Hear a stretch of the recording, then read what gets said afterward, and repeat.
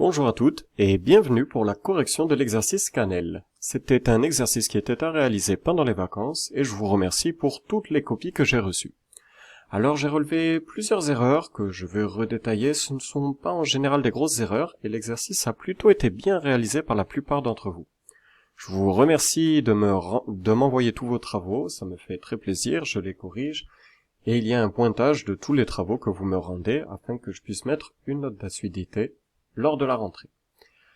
On avait donc l'entreprise Canel avec Rachida qui fait son stage dans l'entreprise Canel spécialisée dans la fabrication de parfums et je vous jure que c'est pas moi qui ai fait cet exercice.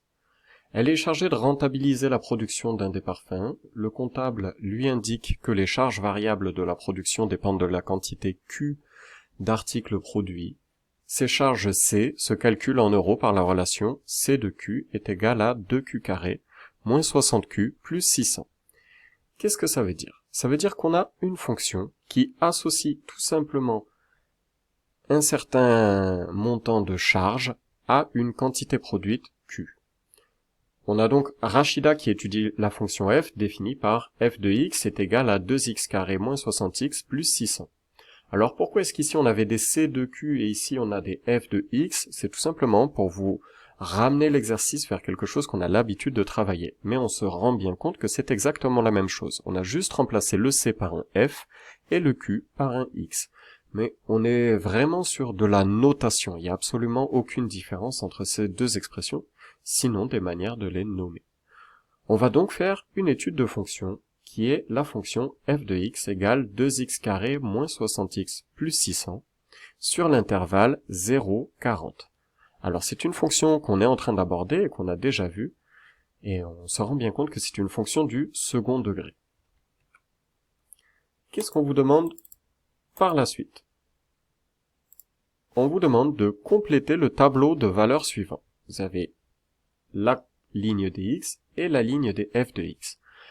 Alors évidemment, ce tableau-là, il est relié à l'expression de la fonction, qui est ici, f de x égale 2x carré moins 60x plus 600. Alors pour remplir le tableau, plusieurs possibilités. Soit à chaque fois on remplace le x par la valeur qui est donnée ici. Par exemple pour calculer f de 0, on va faire 2 fois 0 moins 60 fois 0 plus 600, ce qui va nous donner 600 ici. Pour f de 10, je ferai 2 fois 10 au carré moins 60 fois 10 plus 600, etc., etc. Soit on fait appel à notre vieux copain, Numworks. On entre dans Numworks et on tape la fonction. On va donc ajouter la fonction demandée, qui est rappelée ici. C'est donc 2x, qu'on trouve toujours ici en haut, au carré, qu'on trouve ici, moins 60x plus 600. On fait entrer. Une fois qu'on a entré cette fonction-là, deux représentations sont possibles. Je peux l'avoir sous forme de graphique, mais pour l'instant, ça ne m'intéresse pas. Et je peux aussi l'avoir sous forme de tableau. Alors ici, on se rend compte qu'on a un tableau, mais il est assez différent de celui qu'on veut. On va donc régler l'intervalle. L'intervalle, ça se règle ici. Notre x de début, c'est tout simplement 0, puisqu'on étudie la fonction sur 0, 40. Notre x de fin est donc 40. Et le pas, c'est de combien à combien on va du début à la fin. Donc nous, on nous demande des valeurs de 10 en 10. Bon, si on utilise un pas de 10, effectivement, on aura notre réponse. On obtient donc ce tableau, qui est en fait le tableau qu'on vous demande à côté. Ce qui nous amène à la diapositive suivante. On peut donc remplir ce tableau-là à l'aide du tableau obtenu sur Numworks. Ici, on voit bien qu'on a 0, 600, 10 qui est associé à 200, 20 qui est associé à 200, 30 qui est associé à 600, et toutes ces valeurs-là ont été sorties à partir de ce tableau. On a 0 qui est associé à 600, 10 qui est associé à 200, 20 qui est associé à 200, etc., etc.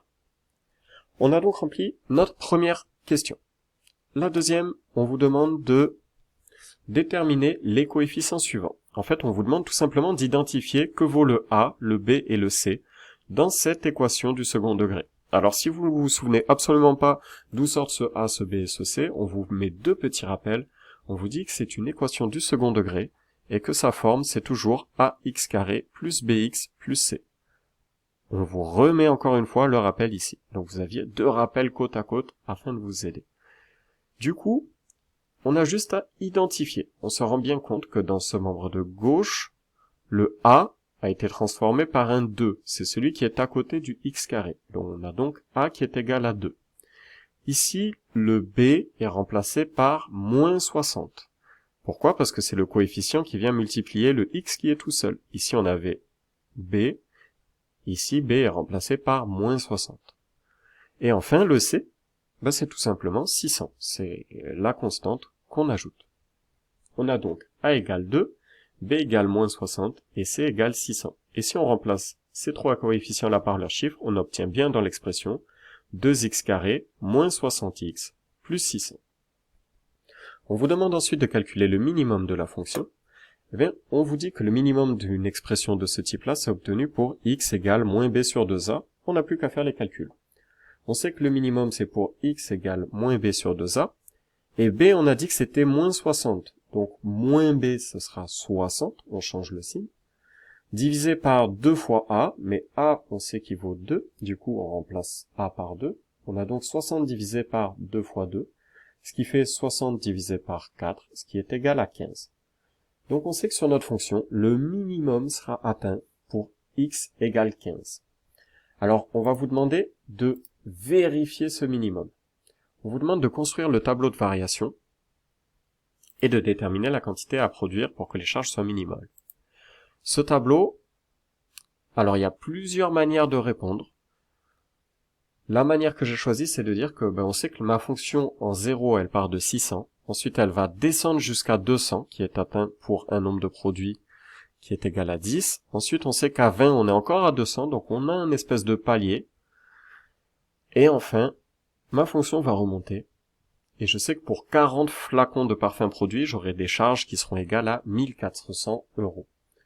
On vous demande de déterminer la quantité à produire pour que les charges soient minimales. On voit bien qu'ici, le minimum de la fonction, il est atteint pour entre 10 et 20.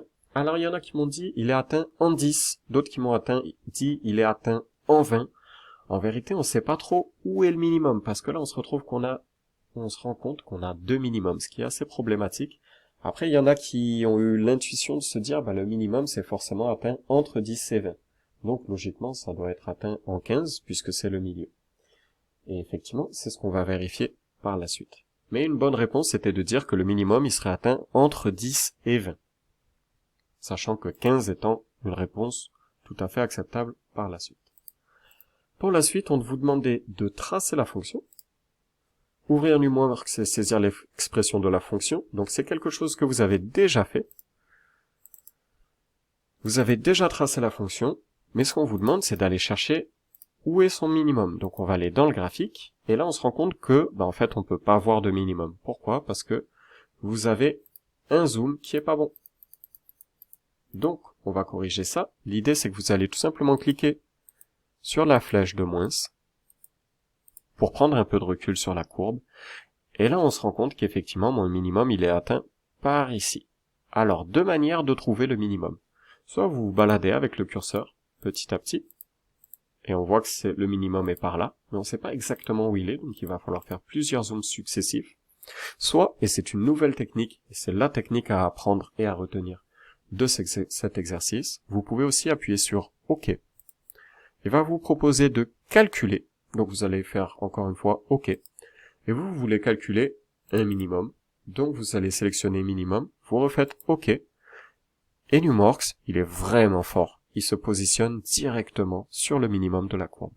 Vous savez que le minimum de la courbe est atteint pour x est égal à 15, donc pour 15 produits, pour 15 flacons de parfum produits, et que ces charges minimales, elles sont de 150 €. Elles peuvent pas être moins chères parce que on voit qu'on est au point, tout simplement, le plus bas de la courbe. Ce qui nous permet de répondre à notre dernière question. Indiquer le montant minimal des charges variables, eh bien on voit que le montant minimal de ces charges, il est de 150 €. Si vous aviez juste à tout cet exercice, toutes mes félicitations. Sinon vous n'aviez pas trop réussi ou si vous n'aviez pas compris, ce n'est pas très grave, n'hésitez pas à regarder plusieurs fois la vidéo et à essayer de bien comprendre le raisonnement. C'est exactement la même chose que l'exercice précédent, sauf que cette fois-ci, on cherche un minimum plutôt qu'un maximum. Maintenant qu'on sait trouver des minimums et des maximums pour des fonctions du second degré, c'est l'heure de la leçon qui est détaillée dans la vidéo suivante. Je vous remercie de m'avoir suivi et à très bientôt.